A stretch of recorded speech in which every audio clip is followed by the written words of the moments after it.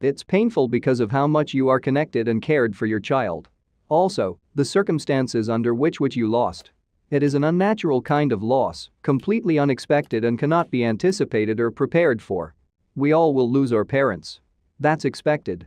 As the years go by and we see our folks age, we mentally prepare ourselves. We know, except for when we are little, that of course our parents will die in our lifetimes. And 99.9% of the time that happens, loss of a spouse is harder. If you've been together for many years. However, we know that one of us will go before the other. It's unlikely that you both will die at the same time. So again, we can mentally prepare ourselves even more. So if you know your spouse has a health issue, no one expects that the child that they helped create will die before them, especially when they are small. Your entire life is focused on keeping that child alive. Some of that is instinctual, so very deep within us. We have a story here for you with such a tragedy, but we're also something beautiful takes place. Why was the little boy at the grave? The stranger and the officer?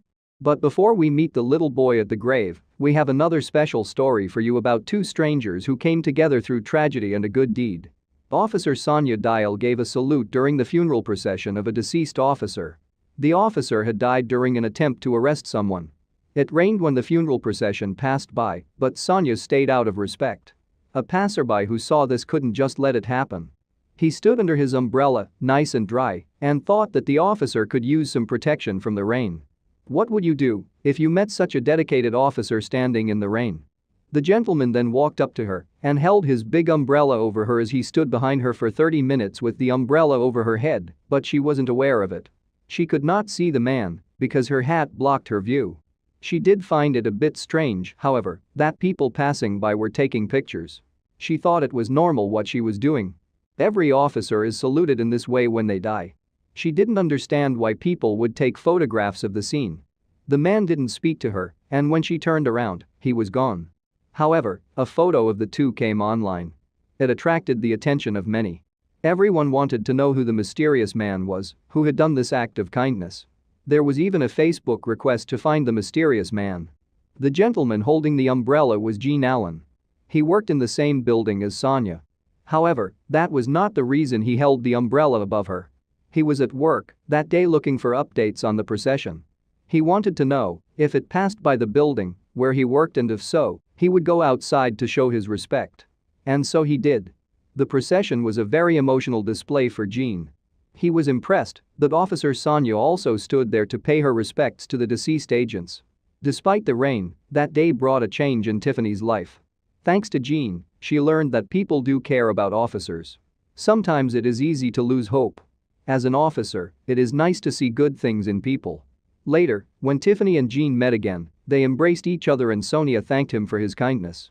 The letter to the military mother, a gesture of kindness out of respect, can really make all the difference in somebody's life, like in the story of Tiffany and Gene.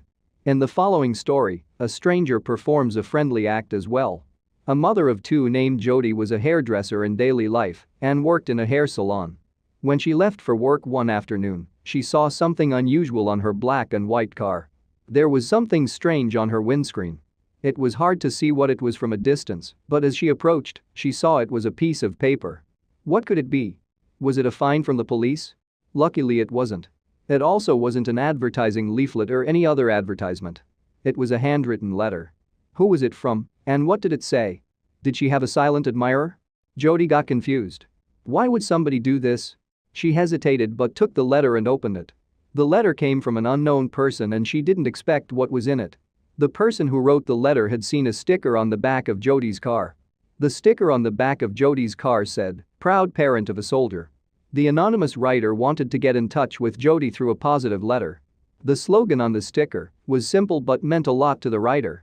This person was grateful to soldiers and wanted to give something back. Out of gratitude and respect, the writer not only left a letter but also a 20 note. The letter had instructions on how to use the money. The person explained that Jody had to spend the money on a special soldier in her life. She should send the money to the soldier if he was in the Middle East for a meal or something luxurious.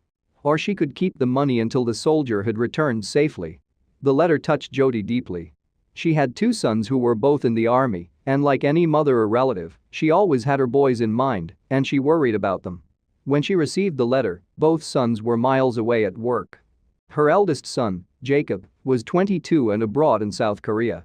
Her 20-year-old son, Daniel, was stationed in North Carolina. The letter reminded her of her sons, but the letter ended only with the instructions. The person also told her that she prayed every day for the army all over the world. She prayed especially for those who were in a dangerous war zone.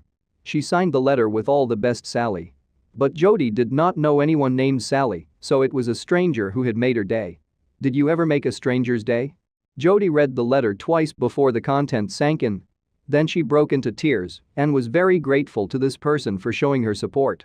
She missed her sons very much at that moment, and the letter meant a lot to her. It came at the right time because she could use some support. The fact that a random stranger had taken a moment out of her day to comfort someone else touched her. Jody would like to meet this person and say thank you. She also wants to tell this person how much the little gesture meant to her and to her family. So you can see what a small gesture can do. Now we return to the mother and the little boy on the grave. The story begins with Thomas, who joined the army in 2007. 1 year later, he married his high school girlfriend, Jolly, and this made him very happy. The couple got a son together, and Thomas was just very happy. Shortly after that, however, he had to go to Afghanistan. It was difficult for Thomas to depart and leave his family behind, but he had to do his job and serve his country. After saying goodbye to his wife and son, he left. Jolly had a nasty feeling in her stomach. It felt like something horrible might happen. And indeed, during a patrol in Afghanistan, a rebel they encountered killed Thomas. The rebel wore a vest loaded with explosives and attacked the group. Thomas died instantly and never returned home. It later turned out that Thomas had switched places with another soldier that day. He had saved this soldier's life and was therefore twice a hero. He had made a sacrifice for his country and his fellow soldiers. It came as a great shock to his family, of course, to hear the news that their beloved Thomas had passed away. Thomas got a military funeral, and he got his final resting place in a cemetery where other army heroes also lay buried. A year after his death, he was remembered on Commemoration Day. Every year they commemorate soldiers on Commemoration Day. On that day, besides the relatives, some strangers want to show the gratitude and support to the army. The Mass family has been there every year since his death. But after 4 years after his death, when Thomas' family was commemorating him for the 4th time, something unusual happened in the cemetery there. There was also a little boy called Mason. He was there with his mother and held her hand. Together, they placed a national flag on every tombstone. That was their way of showing respect for the heroes. They were doing that when Mason suddenly disappeared. His mother shouted at him, and pretty soon she saw him. He went and sat by one of the gravestones. Whose grave was it? Yes, you guessed it. He sat near the mass grave and carefully read the engravings. He had so many questions to ask his mother. He wanted to know more about Thomas' life and his family. Despite Mason being so young, he could feel the pain that the Mass family had gone through. His mother answered his questions and told him about other soldiers. When Mason heard the stories, some tears rolled down his cheek. These memories touched him deeply, and the following year, he returned to the mass grave. But this time he would also do a gesture as a sign of gratitude. What do you think he did? During the ceremony, Mason sat next to Thomas's gravestone. He carried flowers and a drawing with him that he had made. It showed his hero from comic books called Captain America. When people asked the 7-year-old Mason why he had done this, he replied that Thomas was a hero just like Captain America. He said that Thomas had done a lot for his compatriots and that he had to be remembered for this. This beautiful act of this little person filled the hearts of Thomas's relatives with warmth. He was still so young, but already showed a lot of gratitude. Thomas's mother was deeply moved by what the little boy had done and felt somewhat less sad for the loss of her son. It's always nice when others remember and show honor for the person you have lost. Mason had meant a lot to Thomas' entire family that day. Give us a like and leave a comment if you also loved what the boy did, and don't forget, love hurts the most. Not being loved should not matter. Not everyone is going to love you. In fact, I've seen my fair share of not being loved. Whether it was by family or blood or relatives or even lovers. Being loved isn't something that I strive for. Clearly, it represents the ultimate failure of the parents to protect their offspring to the point where they could graduate to self-sufficiency. Even if the parents did nothing wrong, naturally, they will blame themselves and feel guilty. The death of a child also means that all the resources poured into that child's welfare were wasted, and they will never have the chance to make an impact on the world and never get to experience the joys and pains of a full life.